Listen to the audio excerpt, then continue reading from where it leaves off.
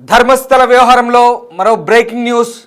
ఈ కేసులో ఊహించిన ట్విస్ట్ చోటు చేసుకుంది. సిట్ దర్యాప్తులో సీన్ మొత్తం మార్చేశాడు విజిల్ బ్లోయర్. ధర్మస్థలలో ఎలాంటి సవాలు లేవంటూ భీమా మాట మార్చాడు. కొంతమంది బలవంతంపై ఆ ప్రకటన చేశానంటూ షాకింగ్ కామెంట్ చేశాడు.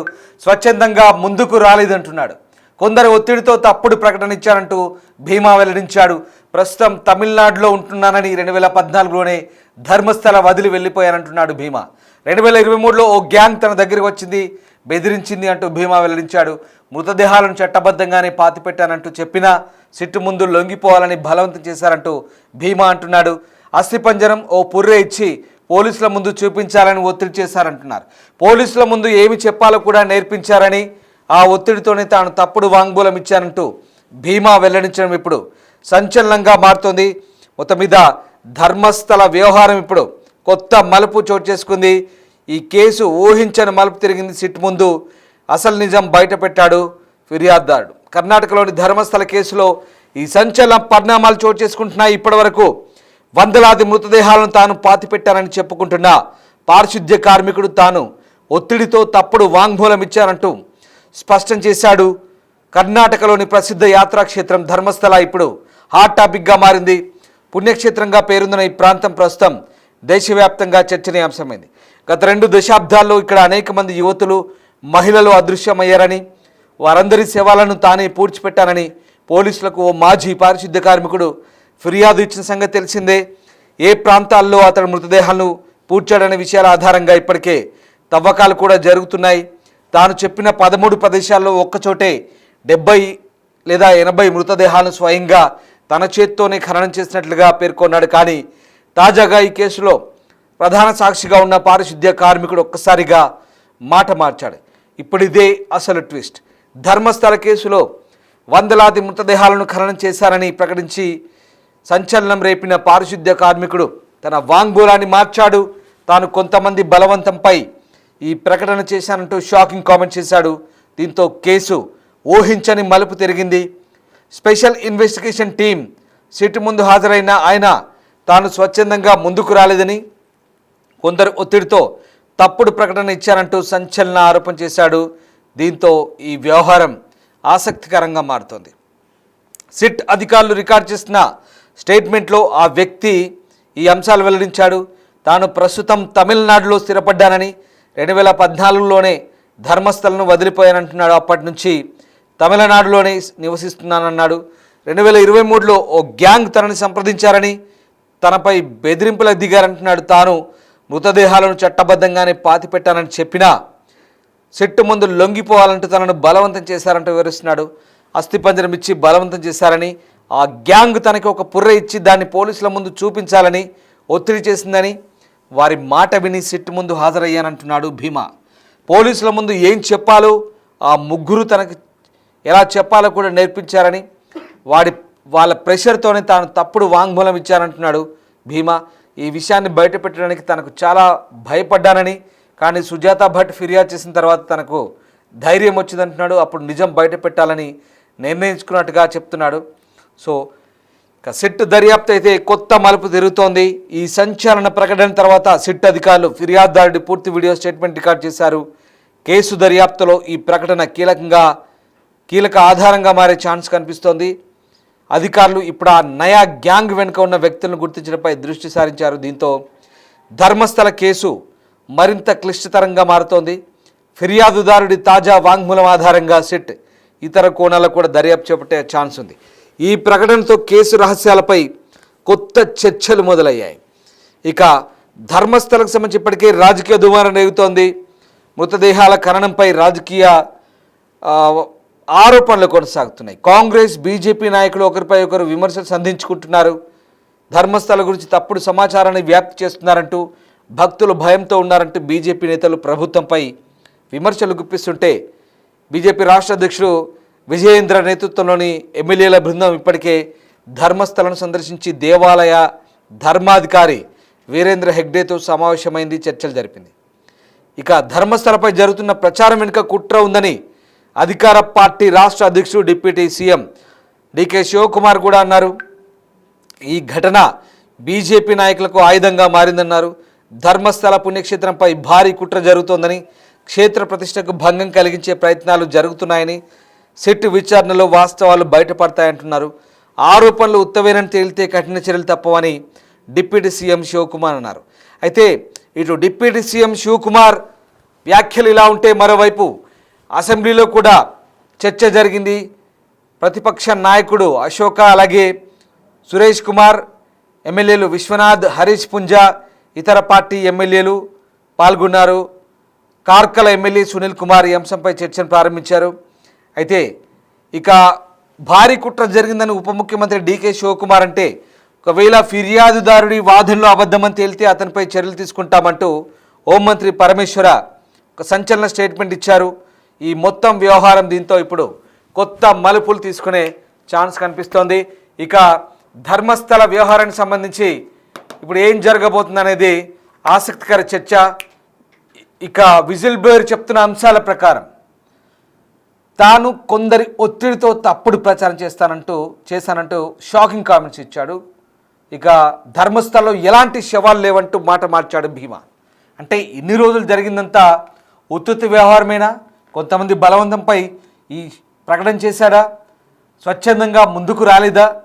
ఎవరో బెదిరిస్తే తప్పుడు ప్రకటనలు ఇచ్చాడా భీమా? ప్రస్తుతం తమిళనాడులో ఉంటున్నా అని చెప్తున్నాడు. 2014లోనే ధర్మస్థల వదిలి వెళ్ళిపోయానంటున్నాడు.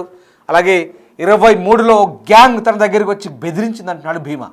మృతదేహాలను చట్టబద్ధంగానే పాతి పెట్టానని చెప్పినా సిట్టు ముందు లొంగిపోవాలంటూ ఆ వ్యక్తులు బలవంతం చేశారంటూ భీమా చెప్తున్నాడు.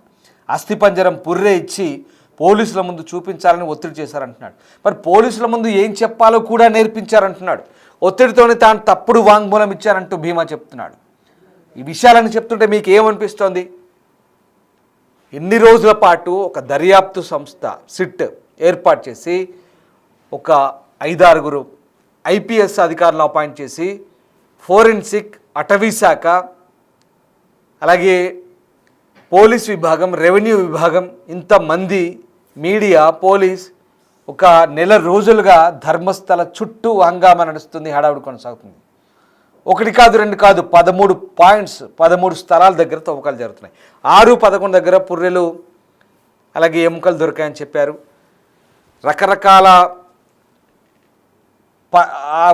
రకరకాల సాక్షి చెప్పిన మాటల ఆధారంగా తవ్వకాలు జరిపారు.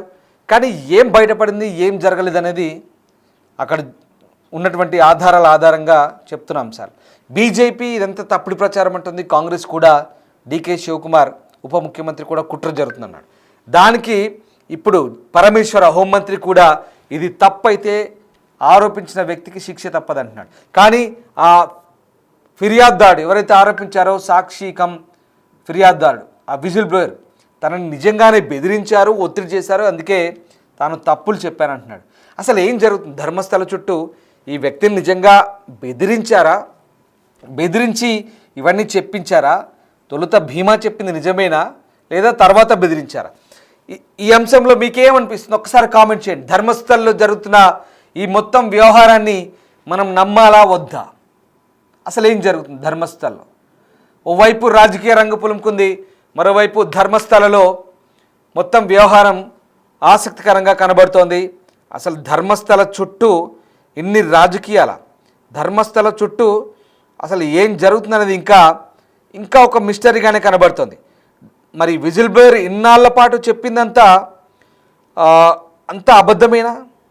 అసలు ఏంటి భీమా ఎందుకు యూటర్న్ తీసుకున్నట్టు ఒకసారి మీరేమనుకుంటున్నారు కామెంట్ చేయండి ఇమీడియట్గా. ఎందుకంటే ధర్మస్థల వ్యవహారంలో మేము కూడా గత నెల రోజులుగా ధర్మస్థల ఏదో జరిగిపోతుందంటూ వార్తలు ఎప్పటికప్పుడు అప్డేట్ చేసే ప్రయత్నం చేశాం. కానీ ఇప్పుడు భీమా చెప్పిన స్టేట్మెంట్ చూస్తుంటే భీమా నిజంగా బెదిరించారా, బెదిరింపుల వల్ల యూటర్న్ తీసుకున్నాడా అని మేము అడిగిన ప్రశ్నకు 89% మంది అవునని అంటున్నారు. ఒకసారి కామెంట్ చేయండి. భీమా చేస్తున్న ఈ స్టేట్మెంట్ వెనుక ఎవరైనా ఉన్నారా? నిజంగానే భీమాని ఎవరైనా నువ్వు ఎక్కువగా ఉత్సాహం చూపిస్తే నిన్ను చంపేస్తాం, ఈ వ్యవహారంలో నువ్వు అతి చేస్తున్నావు, అనవసరంగా నువ్వు ధర్మస్థల్ని లేదా అక్కడ ఉన్నటువంటి మేనేజ్మెంట్ని లేదా అక్కడ ఉన్నటువంటి వ్యక్తుల్ని నువ్వు బదనాం చేసే ప్రయత్నం చేస్తున్నావు, నువ్వు ఇప్పటికైనా ఈ ఆరోపణలు మానుకోకపోతే నేను చంపేస్తామని భీమాని ఏమైనా బెదిరించుంటారనుకోవచ్చా? ఏమై ఉంటుంది? లేదా నిజంగానే స్వచ్ఛందంగానే భీమా ముందుకొచ్చి ఈ అంశాలు చెప్తున్నాడు. ఎస్, చాలామంది కామెంట్లు చేసే ప్రయత్నం చేస్తున్నారు. ఒకసారి మీకు ఆ కామెంట్లు కూడా చదివి వినిపిస్తాను. భీమా యూటర్న్ తీసుకున్నారంటే చాలామంది దాదాపుగా 88% అవునని అంటున్నారు. ఇక హరీష్ దార్ భీమా ఈజ్ కరెక్ట్ అంటున్నాడు, కామెంట్ చేస్తున్నారు. అలాగే అరుణశ్రీ సంథింగ్ రాంగ్ అంటున్నారు. అఫ్ కోర్స్ అదే డౌట్ వస్తుంది. అలాగే Vijay life of Vijay U turn ఎప్పుడు తీసుకున్నాడయ్యా బాబోయ్ అంటున్నాడు. అలాగే హరీష్ దార్ పక్కా బెదిరించారంటున్నాడు. సో యూటర్న్ ఎప్పుడు తీసుకున్నాడంటే ఇప్పుడు ఈ వ్యవహారం తాజాగా వచ్చింది, సిట్ మొత్తం రికార్డ్ చేసిందని చెప్తున్నారు. ఇక అరుణశ్రీ స్టార్టింగ్ నుండే తవ్వకాలు బూటకం ముసుగులో ఉంచడం రాంగ్ అంటున్నారు. సో అది మాత్రం గోప్యంగా ఉంచారు, అది మాత్రం వాస్తవం. ఎందుకంటే తవ్వకాలు అనేది చాలా గోప్యంగా జరిపారు. మరి అసలు ఏంటనేది తేలాల్సి ఉంది. సో ఈ వ్యవహారం మొత్తం కూడా అంటే ఇప్పటిదాకా భీమా ఆడిందంతా నాటకమా, భీమా చెప్పిందంతా అబద్ధమా? ఇట్స్ ట్రూ అంటున్నారు వైష్ణవి నాని. మరి వైష్ణవి నాని ఇట్స్ ట్రూ అంటున్నారు, బట్ భీమాని బెదిరించారనుకోవచ్చా? ఏం జరిగింది ఈ వ్యవహారంలో? భీమాని చంపేస్తామని బహుశా బెదిరించుంటారా? ఇంకా మీడియా లైవ్లో తవ్వకాలు జరపాలి, అక్కడే ఉంది లాజిక్ అంటున్నారు అరుణశ్రీ గారు. మేబీ సో అయితే అవన్నీ కూడా కొన్ని కోర్టు మార్గదర్శకాల ప్రకారం జరుగుతున్నాయి. అందుకే అక్కడ ఎవరిని గోప్యంగా ఉంచుతున్నారు తవ్వకాలు, అందుకే ఆ గ్రీన్ మ్యాట్ కట్టారు చూడండి. అలాగే మౌనిక అశోక్ గురెడ్డి చెప్తున్నారు మేబీ వాళ్ళ ఫ్యామిలీని బెదిరించారు ఏమో, అందుకే బ్యాక్ స్టెప్ తీసుకున్నాడు అంటున్నారు మౌనిక. ఈ తన ఒపీనియన్ చెప్తున్నారు. ఇక లైఫ్ ఆఫ్ విజయ్ బాగా బెదిరించారు, అందుకే యూటర్న్ తీసుకున్నాడేమో, justice delayed is justice denied అంటూ కామెంట్ చేస్తాను. సరే, రకరకాల అభిప్రాయాలు. ఎందుకంటే మరి ఏం జరిగింది, అసెంబ్లీలో కూడా చర్చ జరుగుతుంది, అవసరమైతే ఆ చర్యలు తీసుకుంటామంటున్నాడు, అందుకే యూటర్న్ తీసుకున్నాడేమో అంటూ చెప్తున్నారు. ఇక రామ్ సేజ్ వైష్ణవి రాణి ఓకే ఫైన్ రైట్. ఇక జీపీఆర్ యూజ్ చేయండి రా బాబు అంటూ సాయి కామెంట్ చేస్తున్నాడు. యూజ్ టెక్నాలజీ మేబీ 13వ స్థానానికి వచ్చేసరికి సాయి నిజంగా జీపీఆర్ యూజ్ చేయాలంటూ ఆ లాయర్లంతా డిమాండ్ చేశారు, కానీ అక్కడే బ్రేక్ పడింది. ఎందుకు టెక్నాలజీని వాడి ఆ తవ్వకాలు జరపలేదనేది ఇప్పటికీ సందేహాస్పదమే. సాయి ఆ డౌట్ రైజ్ చేస్తున్నారు కామెంట్ బాక్స్లో. మేబీ ఆ 13 స్పాట్లు వచ్చేసరికి అక్కడే దాదాపు 50 నుంచి 80 ఉన్నాయిరా బాబు అంటూ ఆయన కూడా చెప్పాడు అన్నట్టుగా వార్తలు వచ్చాయి. కానీ 13 స్పాట్ దగ్గరకు వచ్చేసరికి ఆగిపోయింది. మరి ఎందుకు ఆగిపోయింది, ఎందుకు జీపీఆర్ వాడలేదు ఏంటి అనేది తేలాల్సింది. సో మొత్తం మీద బ్యాక్ స్టెప్ అయ్యారు ప్రస్తుతానికి ఈ వ్యవహారంలో. అంటే ఒత్తిడితోనే తాను తప్పు చెప్పానంటూ భీమా చెప్తున్నాడు. అంతేకాదు 2023లో ఓ గ్యాంగ్ వచ్చింది, తమిళనాడులో నేను ఉంటున్నాను, నా దగ్గరకు ఒక గ్యాంగ్ వచ్చింది 2023లో. ఆ గ్యాంగ్ వచ్చి నువ్వు ఏం చేయాలో ఏం చెప్పాలో కూడా చెప్పారు. అంతేకాదు అస్థిపంజరం ఇచ్చారు, ఒక పుర్రు ఇచ్చారు, కొన్ని ఎముకలు ఇచ్చారు, అవన్నీ కూడా అక్కడ పెట్టి చూపించి ఇదిగో ఇవే నేనే పెట్టాను, నేనే పాతి పెట్టామని, మేమే ఇలా పాతి పెట్టామని చెప్పారు, ఇక్కడిక్కడ ఇలా జరిగిందంటూ నువ్వు అబద్ధాలు చెప్పు అంటూ నాతో చెప్పించారంటూ భీమా అంటున్నాడు.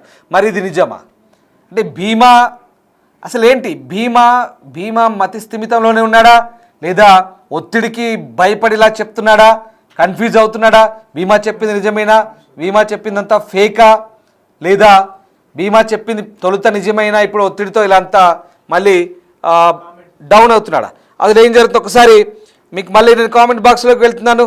ఎస్ రామ్ సాయి జీపీఆర్ అంటే ఏంటి బ్రో? జీపీఆర్ అంటే గ్రౌండ్ పెనిట్రేటింగ్ రాడార్. ఇది అంటే మట్టిలో కానీ బురదలో కానీ నీళ్ళలో కానీ రక్తం ఉన్నా ఎముకలున్నా ఎలాంటి అవశేషాలున్నా ఈ జీపీఆర్ ద్వారా కనిపెట్టచ్చు రామ్.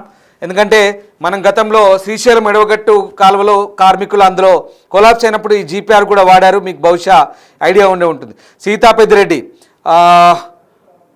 వదలకూడదు సీతా గారు కామెంట్ చేస్తున్నారు. ఇక మౌనిక 2014లో తను షిఫ్ట్ అయ్యాడు మరి తమిళనాడుకి, బట్ తనకు చాలా గుర్తున్నాయి ప్లేసెస్ అంటున్నాడు maybe. So Ram anchor bro GPR గురించి ఎక్స్ప్లెయిన్ చేయి. ఎస్ అఫ్ కోర్స్ నేను ఇప్పటిదాకా చెప్పాను. జీపీఆర్ అంటే గ్రౌండ్ పెనిట్రేటింగ్ రాడార్.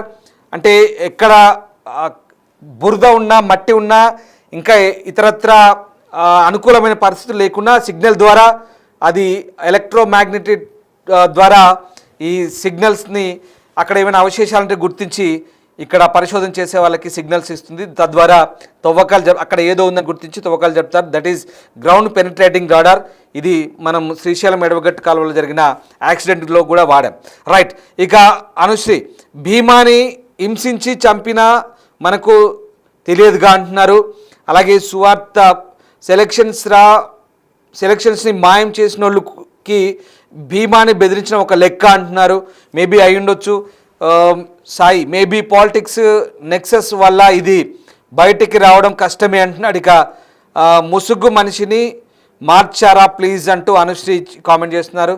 ఏం జరుగుతుంది అసలు నిజంగా ఈ ధర్మస్థలలో అసలు వ్యవహారం ఏంటో ఇంకా అంతు చిక్కని పరిస్థితి.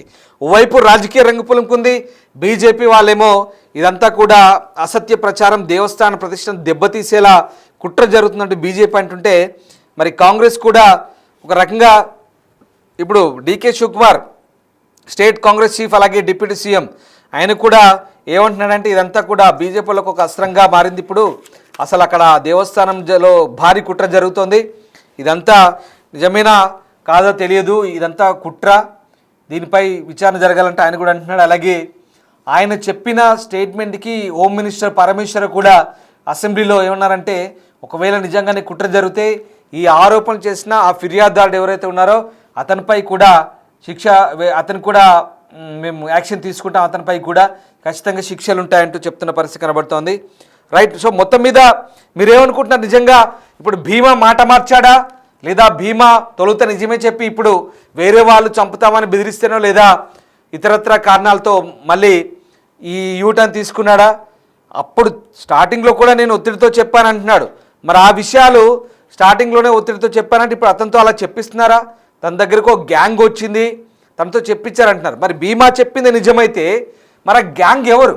ఇప్పుడు ఆ గ్యాంగ్ గురించి ఇప్పుడు పోలీసులు ఆరా తీయాల్సిన పరిస్థితి అయితే కనబడుతుంది. వాస్తవానికి భీమా చెప్పిన దాంట్లో వాస్తవం ఎంత అనేది ఇంకా తెలియాల్సి ఉంది. ఇక రకరకాల ఆరోపణలు, ఇక బీజేపీ అయితే రాజకీయంగా ఈ అంశాన్ని హైలైట్ చేస్తుంది.